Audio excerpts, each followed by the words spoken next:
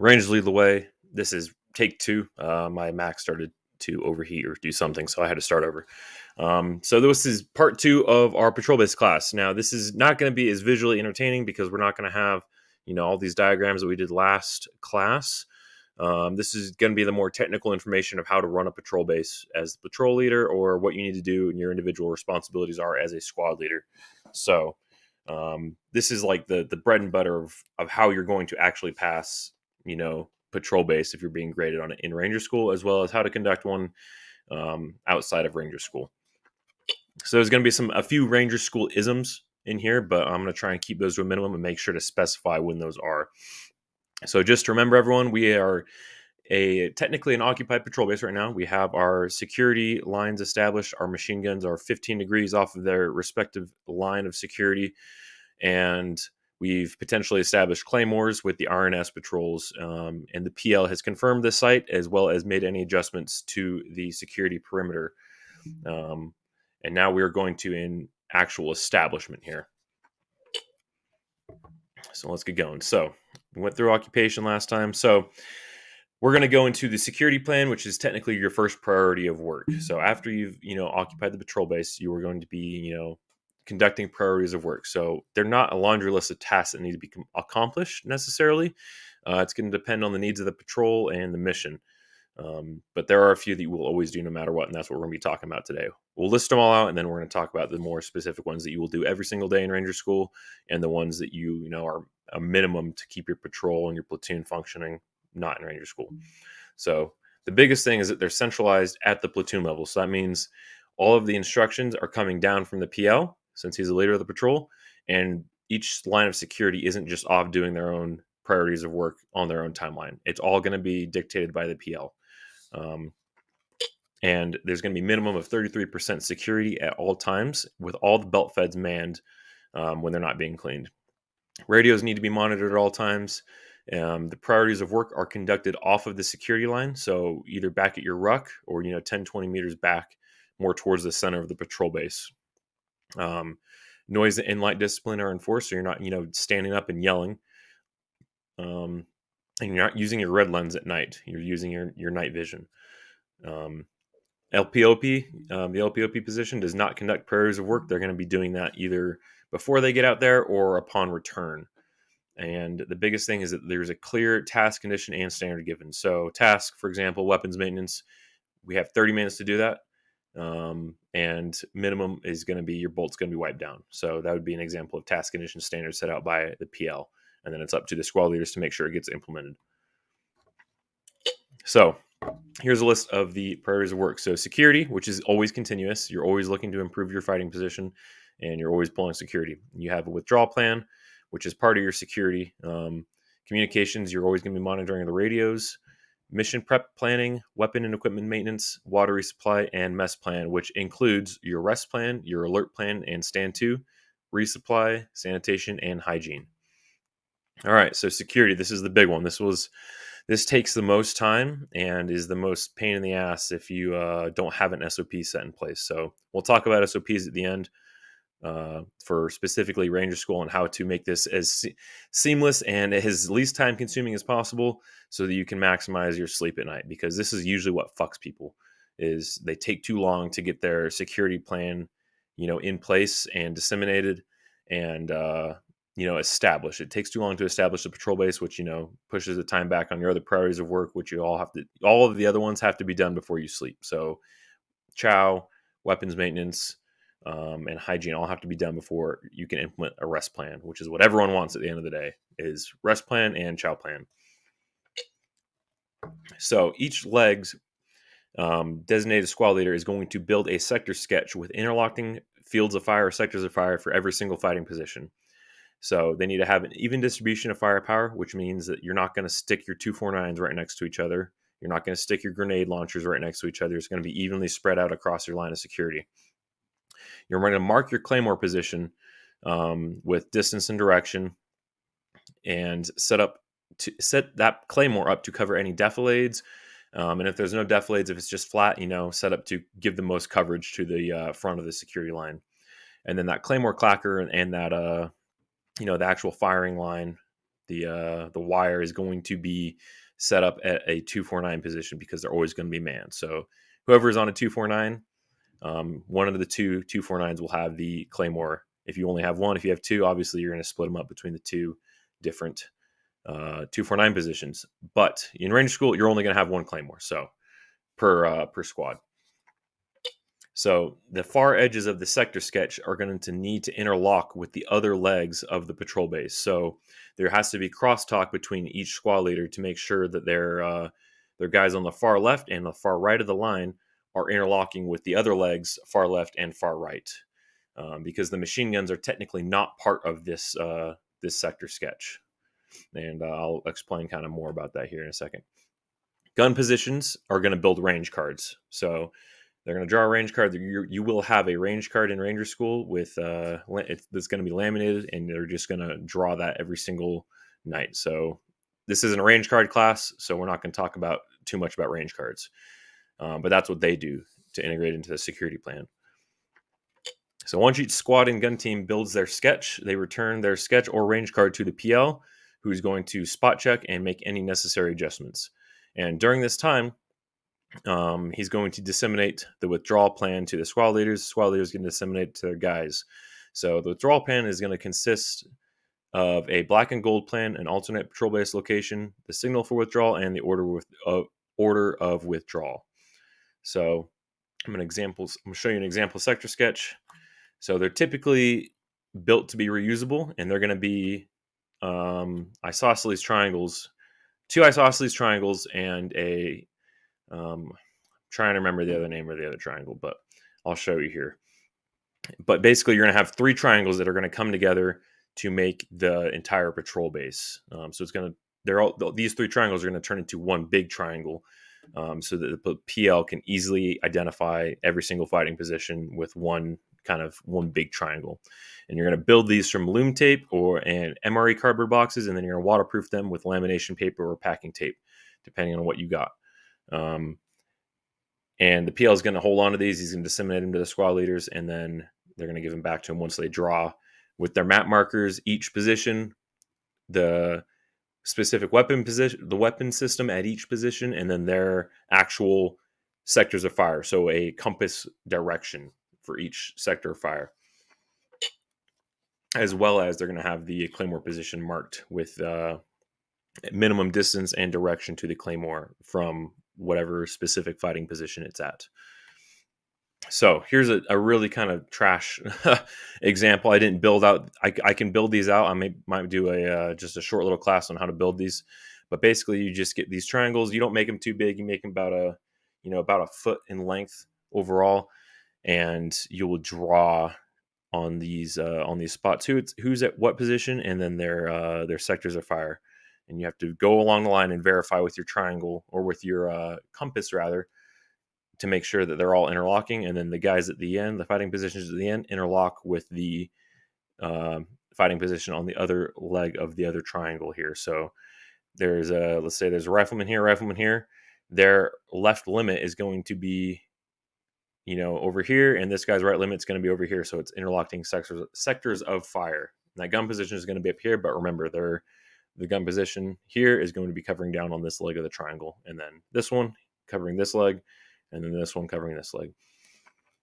I'll probably do a class on these, because these are a big life hack and make life really easy for you in Ranger School. And then in real life, they have real world application as well. All right, so we'll talk about black and gold. So black and gold is basically two rendezvous points that are designated by the PL in case the patrol base is overrun, or if they have to make a hasty withdrawal. And it's kind of like, buddy teams, essentially. If everything goes to shit, this is where you're running to, essentially. So hopefully you never have to use the black and gold plan. But this is like worst case scenario kind of shit. So you generally want them to be at least one major terrain feature away from the patrol base. Out of small arms range is generally a good rule of thumb as well. And every single ranger needs to know the distance, direction, and the description of the RV rendezvous points, or the black and gold points. So, and they're generally going to be an easily identifiable terrain feature, so you don't have to necessarily worry a whole lot about pace count. Again, this is an emergency plan, so you have to make it simple. So an example black and gold plan would be gold is 265 degrees, 400 meters away, and it's a hilltop. So super easy to find in the dark, And then your black plan is going to be the opposite direction, roughly opposite direction, 45 degrees, 500 meters away, and we're looking for an intersection of a stream and a road. So an example of the compromise would be patrol base gets overrun and the PL deems it necessary to withdraw, so he's going to start yelling gold. So everyone's going to echo gold, gold, gold, and then they're going to either move as a squad, fire team, or buddy teams towards the designated rendezvous point. Obviously, you will have a base of fire, and then everyone is going to be withdrawing. It's going to be kind of more of a almost like a break contact drill, if you will.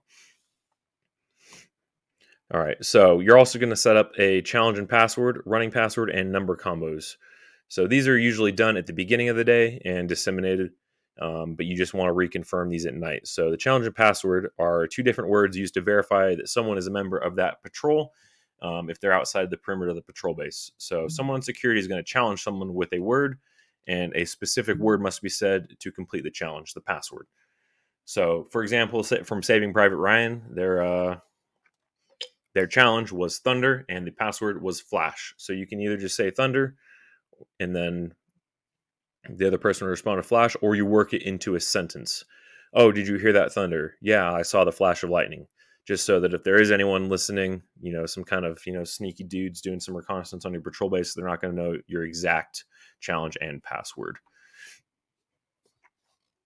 So number combo is used for visual confirmation at distance or during low light scenarios and when you want to maintain noise discipline.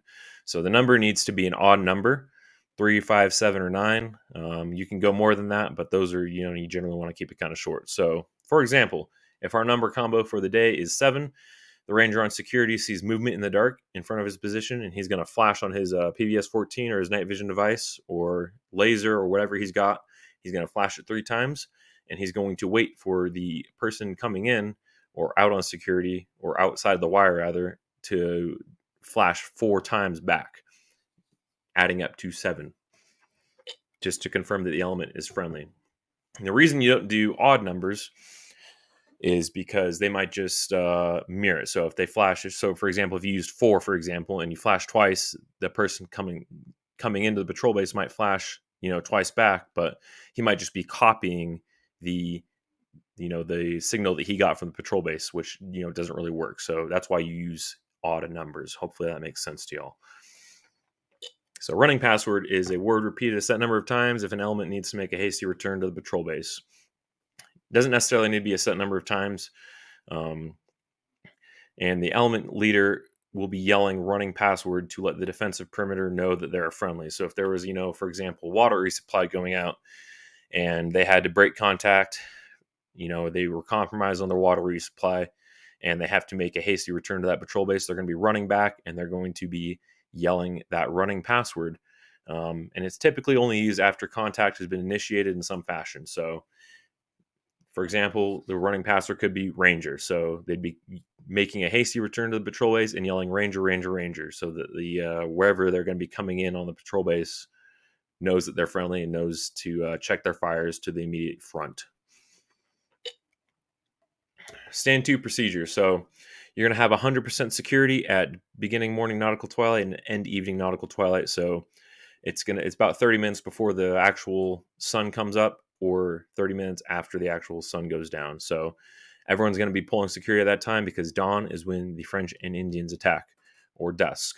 And the patrol leader, platoon leader, needs to disseminate the exact time. So if the sun comes up at 6, everyone's going to be at 100% security at 5:30. Pretty easy. And then you're going to have your alert plan. So how rangers on the line are going to alert leadership to possible threats discreetly. So the inside of the patrol base needs to be pulling security, if you will, and they need to be kind of watching the outside of the line and or trooping the line. So this could be, the number combo. Like a ranger, he sees a potential threat to the front of his security line. they haven't been compromised yet, and he's going to turn around and either flash his IR light, or he's going to stick his leg in the air, and either the squad leader for that line, when he's trooping up and down the line, if he's not, doing some other task, he's going to be able to alert the rest of the patrol base to a potential security threat off of whatever leg spotted the potential threat. Again, noise and light discipline need to be strictly enforced. You're not going to be fucking just chatting it up on the security line, and you're not going to be using your red lens at all during night. So another part of the security plan is they're going to designate one apex of the patrol base as the entrance and exit. And it's the only place that you're allowed to leave the patrol base. And the platoon sergeant is going to be counting people out. So, for example, we'll use water resupply again. They're going to leave, we'll say the 6 o'clock is the designated entrance and exit. And the platoon sergeant, whenever anyone needs to leave the patrol base for any reason, he is going to count them out to make sure that he has accountability. So once all of this is disseminated, once all the security sketches are done, and the PL spot checks it all, the patrol base is now considered established. And we can move into the priorities, the actual priorities of work past the security plan. Oh, okay, one more thing. So you're going to also dig hasty fighting positions. In Ranger School, you're not going to dig in Darby or Mountains for, I think, just regulations for those specific training areas. In Florida, you will dig fighting positions. It's shitty, especially digging at night. And it's, labor intensive to dig these fighting positions, and it sucks. So you're going to dig them 18 inches deep at the front and sloping gently from front to rear with a grenade sump if possible. And you're going to dig in buddy team pairs, so one person digs while the other one pulls security. So roughly everyone's on 50% security. And then the 240 positions are dug to name tape level in Florida phase as well. Some companies don't require you to dig at night, and then other companies will require you to dig at night, and it changes, it varies. So when I was there, I did, 3 Florida phases. So I was in Alpha Company first, then I recycled into Charlie Company, and we didn't dig at night in those companies. That might have changed. Again, I went to Ranger School 5 years ago, so it might be, Charlie Company digs. Bravo Company, we always dug at night, and it sucked. So just be aware of that and prepared for that. All right, weapons maintenance is going to be your first priority of work after you have established security and dug in. So you're not going to do it super detailed at night. You don't want to disassemble your weapon and lose like your firing pin, retaining pin at night. Like, you're not going to find that shit. And it's just going to be a mess. So the most you're going to do is you're going to pull your bolt out of your weapon, wipe down your bolt, wipe down the inside of your receiver, and lubricate your weapon system. So, and only one 240 is ever going to be off the line at a time. And when they're offline, they are replaced by 249, covering down on that line of security. And then the rest of that line is going to be on 100% security.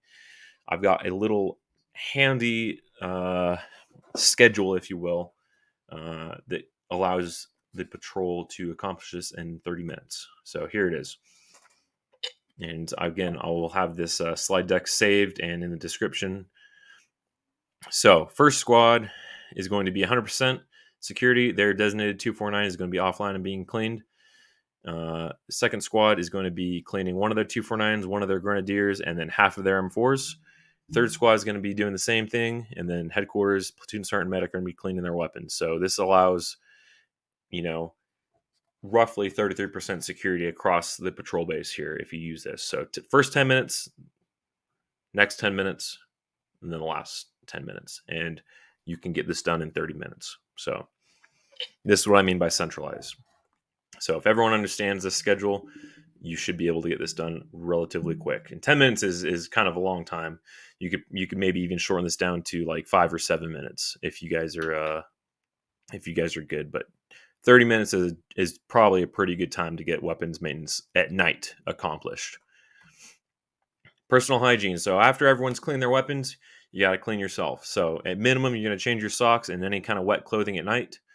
And then during the day, minimum of shaving and brushing teeth. Again, the platoon leader is going to designate, hey, I want everyone to change their shirt and, wipe themselves down with a baby wipe and then shave and brush their teeth. You do shave in Ranger School, and it's fucking, it's obnoxious because your face is going to be covered with camo, and it's a pain in the ass. So that's another thing they could do during personal hygiene during the day is reapply face paint. The medic is going to start digging the slit trench. He can do that, right away after security is established, or the PL will have him wait until personal hygiene, and then that medic is going to start digging that slit trench.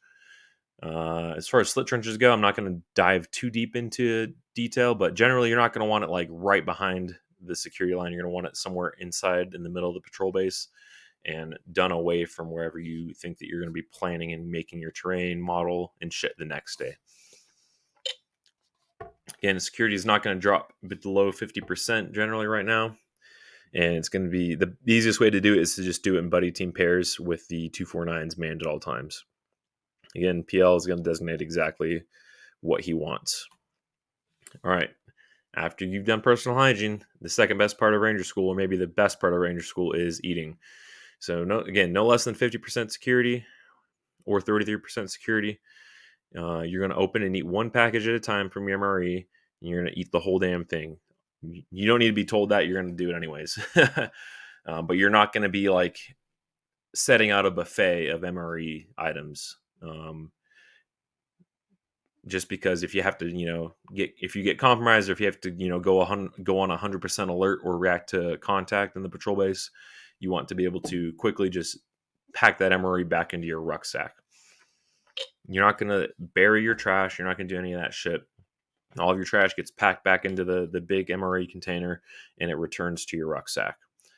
And then water resupply is going to be conducted during this time if needed. Generally, you're not going to do it at night. I don't think I ever did a water resupply at night. It's going to be more of a daytime task. So for water resupply, you're going to have a minimum one rifleman from each squad, and they're going to have either an empty rucksack, or you're going to carry empty duffel bags that are going to be packed into your rucksack. And then you're going to collect everyone's empty water source from your squad, and you're going to go and conduct water resupply, whether that's from a stream or water buffalo in Ranger School. And then the platoon sergeant obviously is in charge of making sure that happens. All right, rest plan, everyone's favorite. Once you've completed all this, you can initiate your rest plan. So no less than 33% security. That's kind of RI dictated in Ranger School. Sometimes they'll make you do 50% security if you guys have been screwing around and they want to, make it hard on you guys. So all the belt feds and claymores must be manned. And then one line squad leader is going to be awake at all times. One senior leader, either the platoon sergeant, the PL, or the weapon squad leader will be awake. And then one of the three of medic, FO, or the RTO will be awake monitoring the radio. And that's like internal to the inside of the patrol base. Those line squad leaders are going to be trooping the line of the patrol base, making sure that the dudes that are on security are awake. And then the senior leader will be spot checking that and inside in the center of the patrol base. And then that, again, RTO, FO, or medic is going to be sitting there listening in on the radio. And the LPOP is going to be at 100% at all times. And the platoon sergeant ensures that they conduct priorities of work prior to changeover. All right, so priorities of work during the daytime. Obviously, you're going to do your stand 2. After stand 2, you're going to redo your reconnaissance and surveillance teams. So they're going to do either the T method, post method, or the Apex method, just to confirm the perimeter of the patrol base. And then the PL will redo the lines of security as needed. And generally, you're going to expand the patrol base during the day, because at night you're not going to be able to see the entire area around you, and it might be dense or sparsely populated by good pieces of cover. And then you're going to be able to do more detailed priorities of work. So that mostly applies to weapons maintenance. So you're going to be able to disassemble your machine guns on ponchos for thorough cleaning. And then in Ranger School, you're going to do your leadership changeover and layouts. So all of the equipment is going to be brought into the middle of the patrol base. You're going to lay it out on ponchos so that they can get accountability of all the special equipment that you sign out from Ranger School. And then you're going to change roles. So if you were in security squad, the next day you might be an assault squad. Or if you're an assault squad, you might become the weapons squad. So you got to, take control of the 240s. And you're going to redistribute ammo if needed. In Ranger School, you can either do caches, or the RIs are going to bring from the night before the requested resupply of ammo. So if you guys burn through all of your 7.62 the previous day, you're going to request more ammo that night as part of your patrol base activities. We didn't really talk about the I forgot the exact name for the form, but the resupply form that you give to the RIs, and you get kind of a count of all the ammo you have, and then request more ammo, and that comes the next day. So bottom line, you're just going to redo your security plan. You're going to redraw your sector sketches, and you're just going to redo the whole thing during the daytime. So for planned withdrawal, this is, after you've done your planning for the day, and you need to move your patrol base site, or you're going to go and conduct your operation or your mission. So you're going to recover your LPOP teams and reintegrate them into the squads. You're going to secure and tie down all of your equipment, and you're going to fill that slit trench and fill all the fighting positions, and then make sure that you don't leave any trash. And then the patrol or the platoon is going to leave through the 6 o'clock or whatever designated exit and interest you had the night before, and in the order of movement towards either the next patrol base or towards the day's objective. So this was a little bit of a shorter class here, but yeah. So this is some stuff that you can build out as a platoon before you go out on your FTX. So you can have a designated compromise plan for all of these. So if you get compromised during security halt, you know exactly what you're going to do. If you get compromised during leaders recon, occupation, and then you have a compromise plan for the LPOPs, so that you don't have to come up with a brand new compromise plans during your actual FTX. Everyone knows exactly what they're going to do. An SOP is only an SOP if everyone knows it and adheres to it. You can also build SOPs for the occupation. So the security squad's always going to have the 2 to the 10, so on and so forth. Whatever, you're going to designate guns to the squads. You're going to develop SOPs for water resupply. So for example, I want 2 guys from each squad with empty rucksacks coming out to just kind of share the load and increase the security for the water resupply team. Cache recovery, leaders recon, ruck plan, alert plan, withdrawal plan. So ruck plans, we didn't really talk about either, but it's basically how you're going to arrange the rucks in the patrol base, so that it's, organized and not just, a bunch of rucks willy-nilly in the patrol base. So generally you're going to have them online, broken down into teams, or just, all of your squad's rucks in a line 10 to 20 meters behind the security line, with the cat eyes on your ruck facing inside to the interior of the patrol base. And then the leader ruck plan will be just kind of like a 3x3 square, for example, in the center of the patrol base.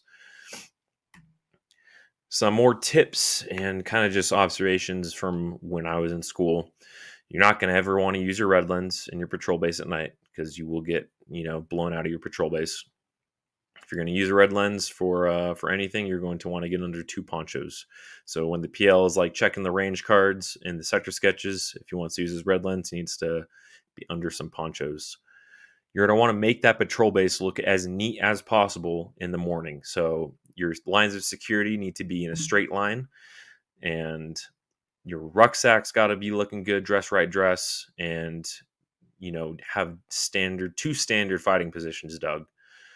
This is critical. If the RIs, when they do their changeover, if they walk into a patrol base and it's a shit show, it's a bad start to the day. You don't want that. The night before, they're going to tell you exactly what time that they're going to be coming back to the patrol base. So they're going to be monitoring all of your priorities of work, and then once you get to rest plan, that's generally when they're going to leave you alone if you've done everything right.